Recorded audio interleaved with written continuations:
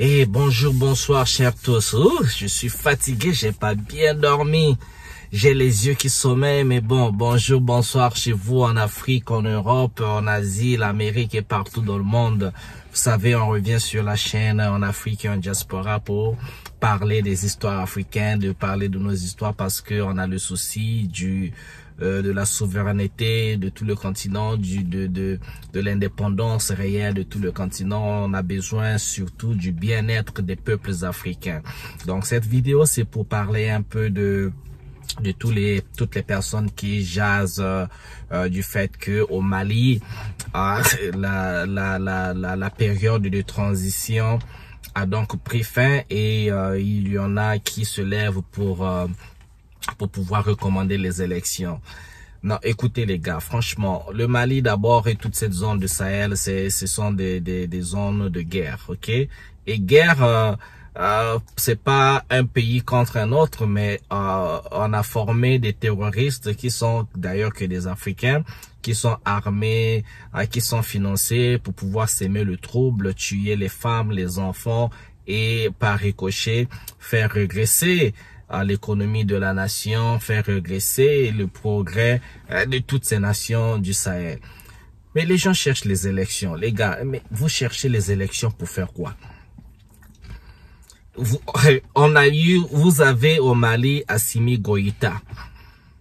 Assimi Goïta qui en est rien de temps arrivé au pouvoir, il a pu récupérer la ville de Kidal qui, avec la présence des Français, de l'armée française pendant près de 10 ans, l'armée française n'a pas pu répresser les terroristes.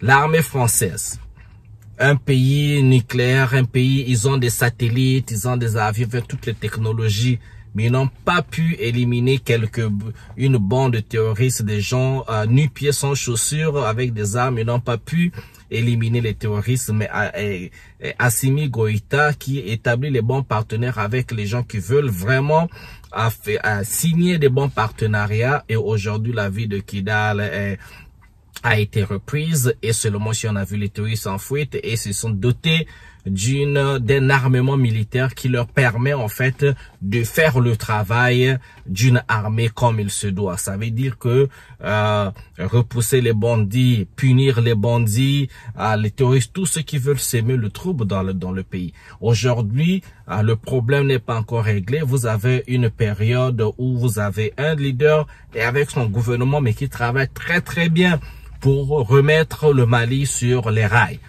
Et vous voulez les élections. Quel est ce Malien-là avec le bon sens les élections, vous voulez les élections, les gars, c'est pour faire quoi?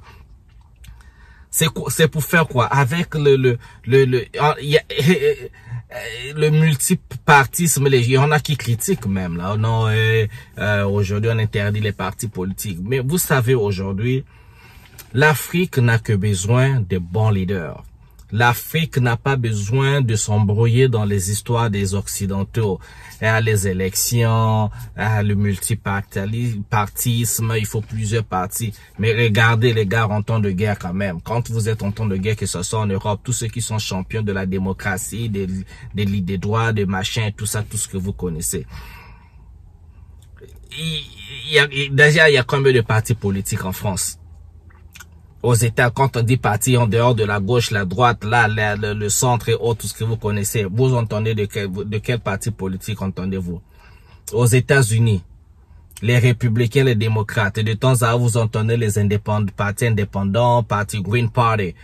Mais il y a eu quel parti, si c'est pas les démocrates, c'est pas les républicains, qui d'autre a été président aux États-Unis d'un autre parti?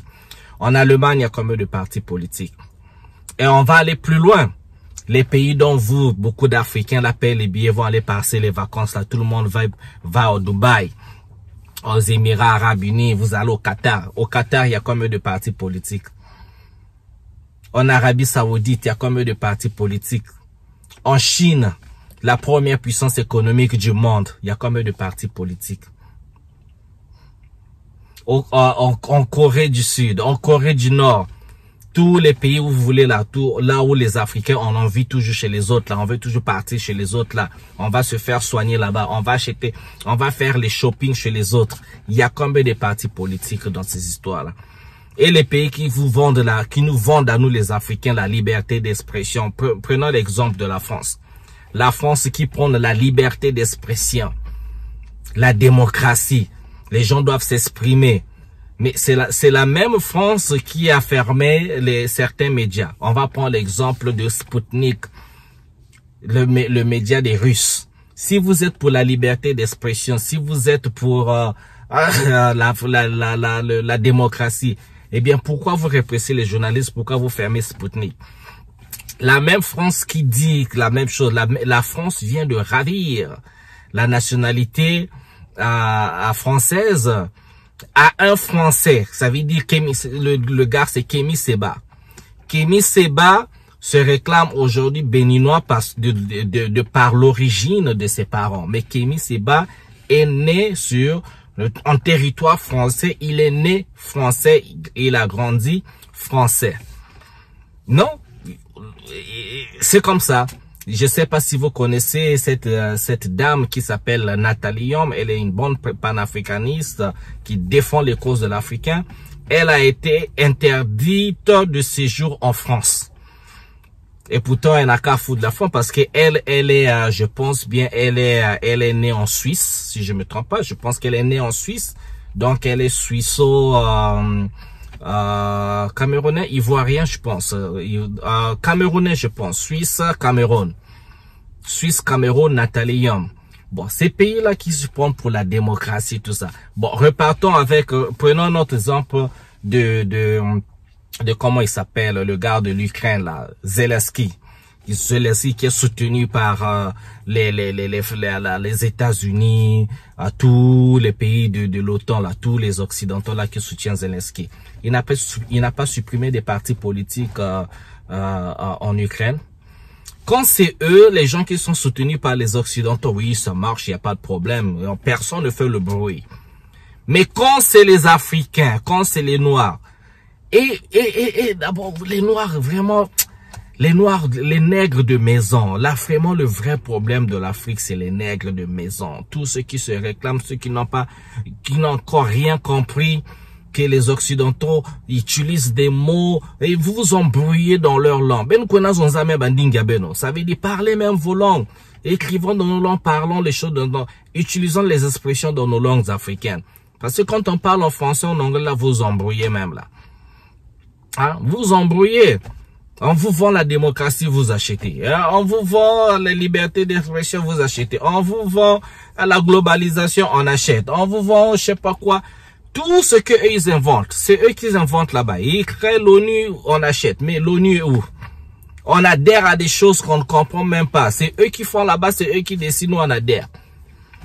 S'ils font I, nous aussi on vient, on va faire I à leur côté. Mais c'est eux qui ont inventé le I, on n'a même pas compris I veut dire quoi. Nous, Africains, on est comment? Vous croyez que c'est les Occidentaux qui vont apprendre aux Africains la démocratie? Mais c'est quoi l'arbre à palabres? Le mbongi, comme en Afrique centrale, au Congo.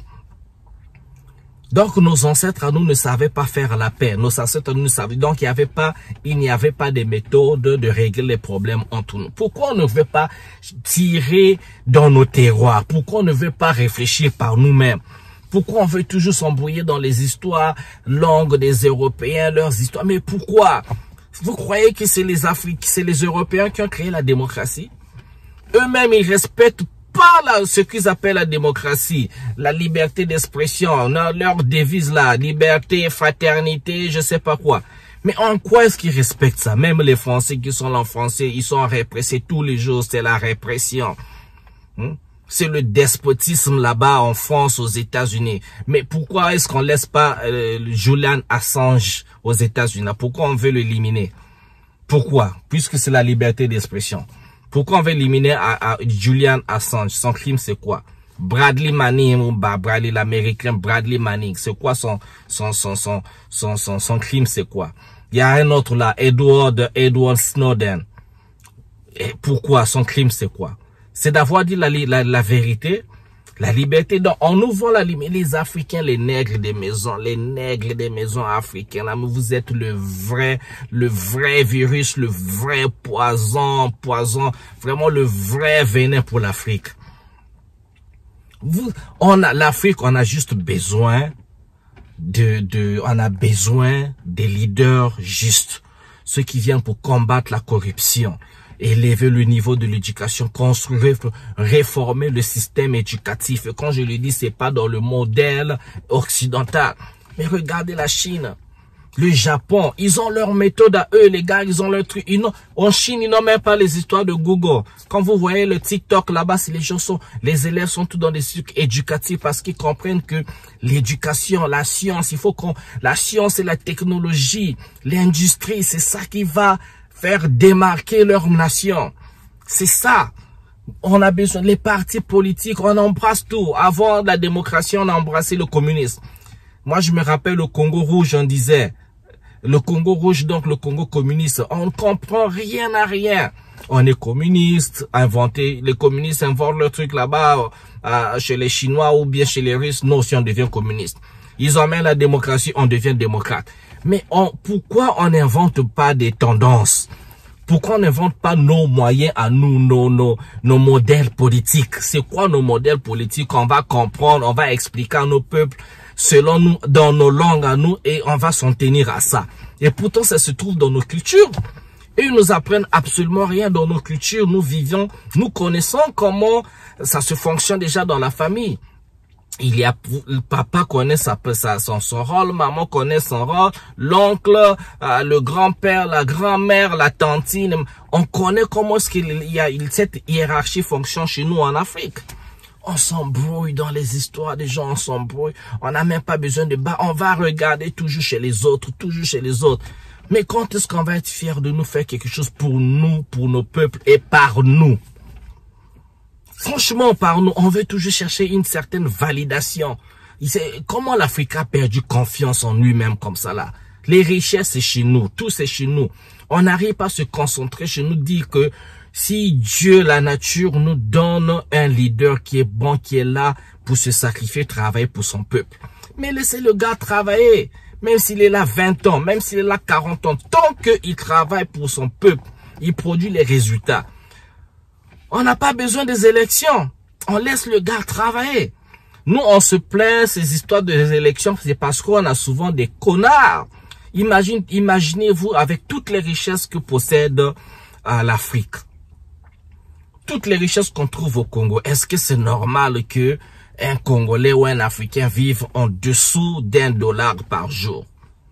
On a les diamants, on a tout ça. Est-ce que c'est normal? Est-ce que c'est normal que il y ait coupure d'électricité, de délestage sur délestage, alors que nous avons les fleuves les plus nombreux de ce qu'on trouve chez nous dans cette planète? Le fleuve Congo, les rivières, en n'en parlons même pas, les chutes et autres. Est-ce que c'est normal qu'il n'y ait pas d'électricité? Est-ce que c'est normal avec cette pléthore de fleuves et de rivières? Est-ce que c'est normal qu'il n'y ait pas de l'eau potable dans nos villes, dans beaucoup de nombreuses de nos villes et nombreux de nos villages? Est-ce que c'est normal? Est-ce que c'est normal? Est-ce que c'est normal que vous avez les dirigeants chez vous qui, dès qu'ils ont un petit bobo, une petite fièvre, ils voyagent dans les pays étrangers pour aller se faire soigner? Mais pourquoi on n'arrange pas, on n'améliore pas nos hôpitaux? Pourquoi on ne construit pas des hôpitaux? Pourquoi on n'améliore pas notre système de santé? Un système de santé qui prend encore toute forme de médecine. Mais nos ancêtres, dans le temps avant l'arrivée des Blancs, ils se soignaient comment? Ou encore les pygmées dans la forêt, les pygmées, les aborigènes qui sont dans les forêts, qui sont là depuis des millénaires. Pourquoi ils sont pas en extinction? Pourquoi ils sont toujours là? Ils se soignent comment? Ils se nourrissent comment? On a la médecine, on a des médecins chez nous. Chez nous, au Congo, on dit nganga. On a des nganga qui sont que des médecins. Ils ont le secret de la médecine naturelle.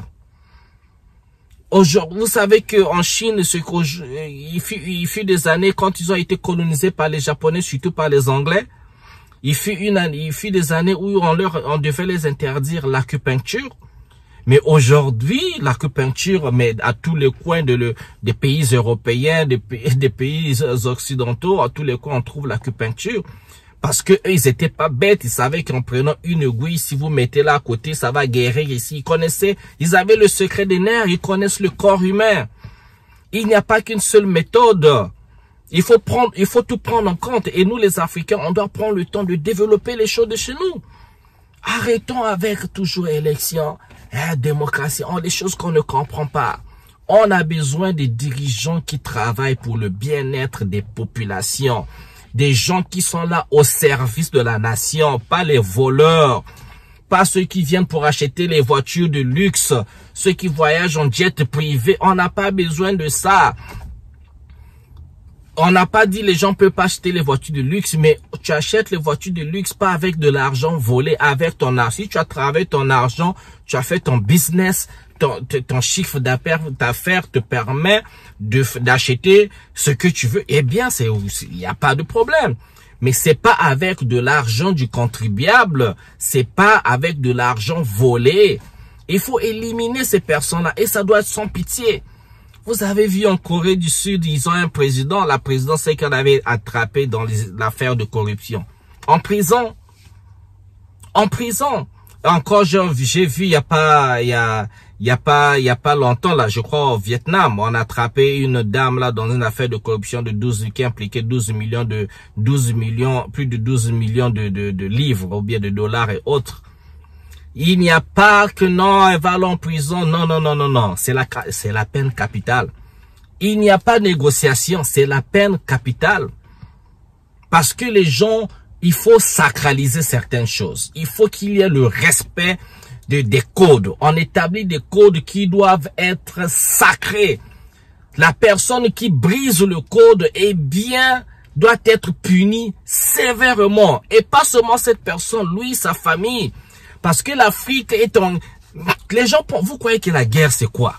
Mais l'Afrique est en guerre, on a toujours été en guerre. C'est des gens qui sont en guerre, les Occidentaux sont en guerre. Ils n'ont pas divisé l'Afrique pendant la conférence de Berlin juste pour vous rendre ça comme ça. Et ils considèrent, beaucoup de ces gens-là, l'élite politique occidentale considère l'Afrique comme leur propriété privée. Les richesses de l'Afrique, pour eux, dans leur tête, ça leur appartient. Nous sommes en guerre contre ces gens-là. On est en guerre. On doit arrêter d'être naïf. Parce qu'il en va de leur propre survie. On doit arrêter. Ils sont en guerre contre nous depuis. Ils nous éliminent avec qu'est-ce qu'ils n'ont pas fait en Afrique. Les maladies, ils nous jettent. Les mauvais vaccins, c'est chez nous. Mais qu'est-ce qu'ils n'ont pas injecté de mauvais pour éliminer l'Africain? Il n'y a pas longtemps, là, on parlait, non, il fallait diminuer le nombre de naissances en Afrique. Il fallait donc stériliser les femmes. Mais écoutez-moi les connards. L'Afrique est le continent le plus vaste, le plus grand du monde. On a à peine 1 milliard et quelques d'habitants. Ça, c'est pour tout un continent. La Chine, un pays beaucoup plus petit que tout le continent. C'est pas un continent. La Chine, ils ont plus d'1,5 milliard, près d'1,5 milliard d'habitants. L'Inde, rien à voir avec la dimension de l'Afrique. Ils ont eux aussi près d'1,5 milliard de population. Et l'Afrique, de tout un continent qui n'a même pas 1,5 milliard d'habitants, c'est à ce continent qu'on m'a dit qu'il faut limiter les naissances. Et les gens qui disent qu'il faut limiter les naissances, c'est des gens qui n'ont même pas d'enfants. À l'instar du président de la France. Il n'a pas d'enfant. Lui-même, c'est un enfant. Moi, je l'appelle le chaton de l'Élysée. Il n'a pas d'enfant marié à sa maman. Il n'aura pas d'enfant. Et c'est ces gens-là qui vont donner les leçons aux gens qui ont des enfants. Regardez la carte de l'Afrique. Regardez comme c'est grand. Regardez les ressources que nous avons. Vous croyez qu'on est incapable de nourrir? Faut arrêter d'écouter ces gens-là. Ça me fatigue, mais je suis fatigué. J'ai un chef faim, je dois aller manger. Donc voilà, je dis, on est avec vous, chers frères et sœurs du Mali, du Burkina, tous les pays d'Afrique qui sont attaqués, tous les pays d'Afrique qui veulent s'émanciper vers une souveraineté, vers une indépendance où on doit avoir le contrôle de nos ressources. Et bien sûr, on ne veut pas vivre en autarcie, mais on veut collaborer avec des partenaires qui sont justes par des gens qui veulent venir pour nous détruire. Et pour cela, on doit se doter, les gars. Regardez la Corée du Nord, je reviens sur la Corée du Nord. Vous croyez que si la Corée du Nord n'avait pas la capacité de se défendre, la Corée du Nord serait là? Elle ne provoque personne. Parfois, quand la Corée du Nord fait ses essais de missiles, regardez les médias occidentaux. Ouais, la Corée du Nord représente un danger pour le monde, patati patata. Mais la Corée du Nord n'a attaqué personne, n'a colonisé aucun pays, n'a emmerdé personne. Mais ce sont eux, ceux-là qui emmerdent tout le monde. Ils colonisent, ils ont tué, ils ont fait des génocides. Génocide des héros, que ce soit les Allemands, les héros, les Indiens d'Amérique, partout c'est eux, les génocides arméniens, génocide à gauche et à droite, c'est eux, mais c'est eux qui veulent donner les leçons de morale aux gens. Il faut arrêter ça, Africains. Africains, réveillons-nous. En tout cas, moi je suis réveillé. Vous là, si vous n'êtes pas réveillé, c'est votre problème. Faut arrêter avec, faut pas s'embrouiller. C'est le moment de déconstruire ce qu'on nous a construit, parce que ce que nous connaissons nous a construit ça. Faut arrêter avec qui a découvert l'embouchure du Congo, c'est Diego Cao. Donc c'est les étrangers qui viennent chez nous pour découvrir des choses. Donc nous-mêmes, nos grands-parents, quand ils étaient là, les montagnes et les rivières que eux ils viennent découvrir chez nous. Donc nous, nos parents, ne connaissons pas ça. Alors que c'est nous qui servions de guide, ce sont nos parents qui servaient de guide à leurs soi-disant explorateurs. Faut réécrire ces histoires-là. Et ça nous incombe. On a besoin de la validation de personne. Surtout pas d'aucun occidental. Surtout pas. Vous voulez écouter vos colonisateurs pour quelle raison? Les gens qui chaque jour vous montrent que c'est des mauvais. Regardez l'exemple avec l'Israël là. Regardez comment on tue, comment le nombre de palais. On a plus de 36 000 Palestiniens morts. Mais c'est eux les démocrates. C'est eux les démocrates.